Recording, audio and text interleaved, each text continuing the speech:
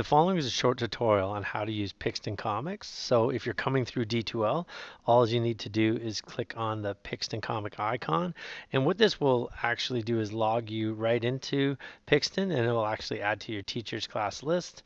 You'll see there's lots of pop-ups if you want extra help. I'm just going to say no thank you. And when we go in here, you're going to see some different parts of this. You're going to see a purple button here that says create your avatar, and that's what we're going to focus on today. And you're also going to see it might say create a comic, unless your teachers assign something to you, so you can see, oh, I have an assignment in here and I can open that. But we'll come back to that. I want to show you how to use the tools inside of Pixton. So I'm going to click on create an avatar. One thing that's really nice about this is when you do use these tools inside to make your avatar, you can also use the exact same tools to make your comic. So it's kind of, if you learned it in here, you can transfer it over there. So a couple of things to get started. Sometimes there's a yellow box here and there's a button here that says hide. You can just hide it, so it kind of gives you more space. One thing that I really like to do is hit this magnifying glass.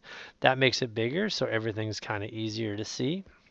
Now you're going to see down the left hand side they have all these yellow buttons, and these yellow buttons allow you to do different things. So for instance, I can add characters, add a text, add a prompt, add a background, or add some images. So I'm going to start with adding a character.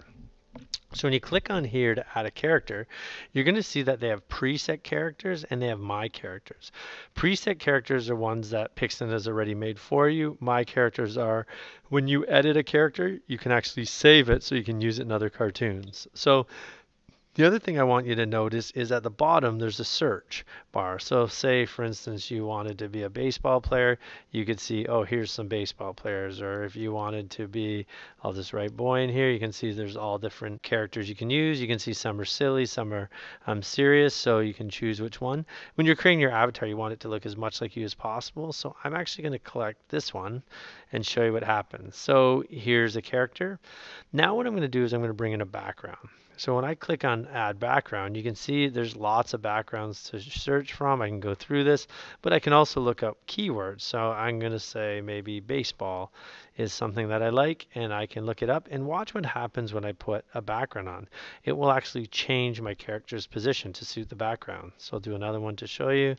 I really like using computers, so I'm going to click on computer, and when I click on this one, you can see how my character was changed to fit. The reason that's important is because you don't want to spend a lot of time moving your character into certain positions and then change the background.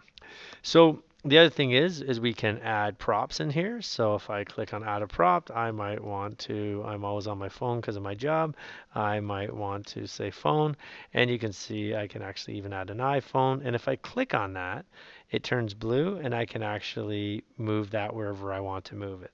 It's kind of a nice feature. Now if we want to get back so it's yellow down the side, we just click in anywhere on this white space. So you'll also see we can add text. I'll show you that when we're creating cartoons, and you can also bring in photos. But let's get into some of the editing capabilities of Pixton that are really cool.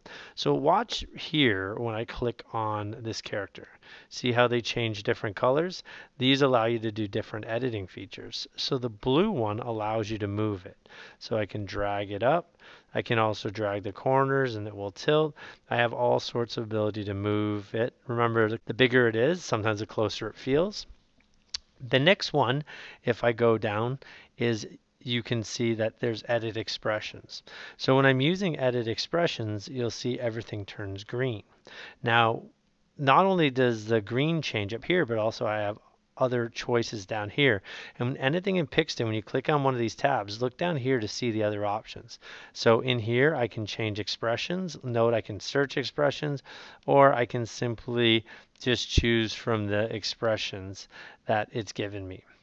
Now, I can also use preset poses. So I can say like I want to have that pose, and I can go through these. It's really easy to change the positions. I'm just going to go back to this regular position. Now, the next thing I want to show you is when you're in the green, anywhere you go over, it's going to turn like a light green color. And what that does is that means you can move it. You got to really watch if it says drag and move or drag or press and hold, because if you press and hold, it gives you different options of things you can do. So there I can change my hand position. I could, if you see that one around the chin that has an arrow at the end of the circle, that means it will rotate. All sorts of things. You can move these characters anywhere you want. It's really nice and easy to do.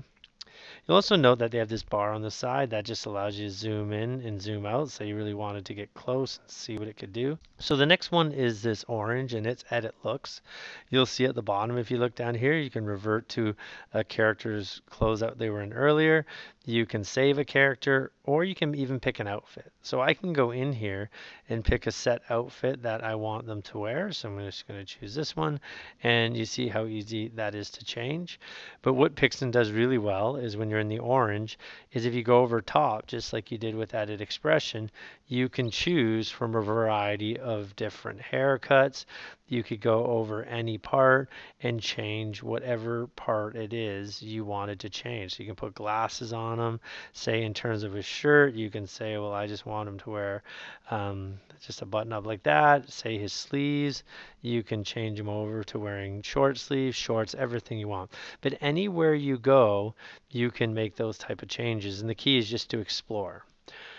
The pink one, when you go to it, you're going to see that this is proportion. So what proportion is its size in relation to another, its length in relation to another. So you can say I can even change how long something is, or how narrow or how wide something is.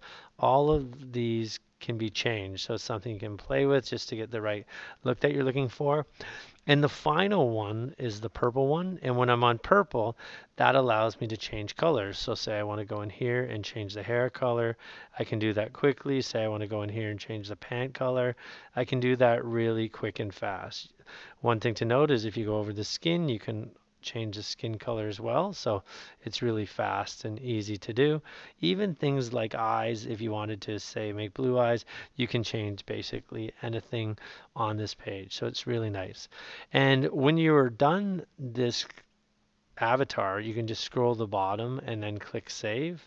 It will ask you for a name. So I'm just going to give my name in here, and then from that point on, anytime I want to use that character in any of my comics, I can do that. So what I'm going to do is I'm going to go back to my home page now. And when I go back to my home page, you're going to see my avatars there, and it's nice. And if a teacher has assigned an assignment, it's going to come here, and I'm just going to click on open. Once I click on open, it's going to lay out this assignment for me, and I can read whatever's on this page. But essentially what I'm going to do is click on create a comic, and there'll be some choices that leads me through. So this one I can either create a graphic novel or a character map. I'm going to say graphic novel.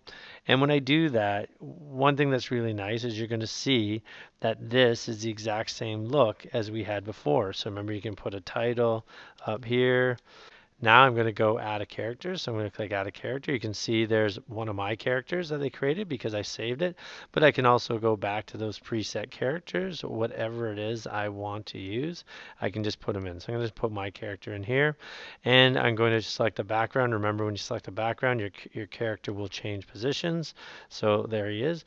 Now I just want to show you a couple other things. If I wanted to add text in here, I can just click add text, and I could write whatever I want. Right? But here's some neat features about this. You can actually record sound. So if I hit record sound and press recording, I could actually say, how are you doing? And it would put it in here, and then I could play it back. If I don't like it, I can just X that out and click OK. There's other things it does. You can upload sound. There's all sorts of features within here. Now, if you go to the blue one, I can now move that wherever I want to move it. You're going to notice at the bottom you can change the bubble shape, the tail shape. So the tail shape is if you want to make it into a thought.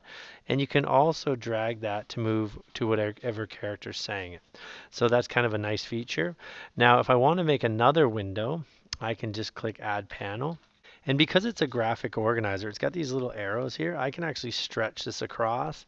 Then I can go in and I can choose a different background. And you can see if I want to get rid of something, I can click on it and delete it. I can go add a character to it. So say I wanted to add a new character in there. There's all sorts of things you can do within this. The key is just to use these tabs, the yellow ones and these colored ones, and see what other features they have at the bottom. Once you are done your cartoon, you can just scroll down and save for later. Or if you want to submit that assignment to your teacher, all you have to do is click Save and Submit. There's one final thing I want to show you before this end of this tutorial is up here in the corner where this main menu is. If you click on that, at any point you can click on just that plus sign in comics and create any comic you want. It just allows you to have a space where you can play. You could also build your other characters, and you could also edit your avatar. So that is a short tutorial on how to use Pixton Comics